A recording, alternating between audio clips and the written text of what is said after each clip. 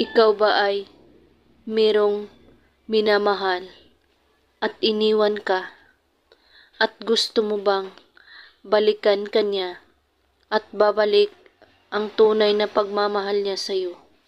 May ritual ako na ibabahagi sa inyo. Simple lang po ang ritual na ito pero napakabisa po.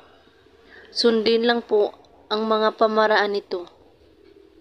Ihanda mo ang isang garapon na may lamang asukal, malinis na papel at ballpen.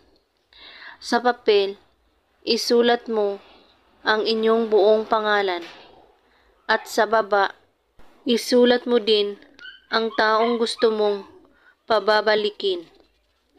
At pagkatapos po ninyong maisulat ang pangalan, ay humiling muna kayo kung ano ang gusto mong mahihiling.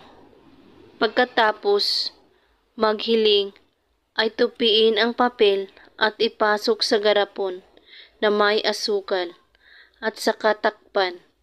Gawin ito sa araw ng Martes at Biyernes lamang, basta't buo ang inyong paniniwala sa paggawa at walang ibang iniisip at pagdududa. At kung may katanungan po kayo ay magko-comment lang po sa baba. Maraming salamat sa panunood.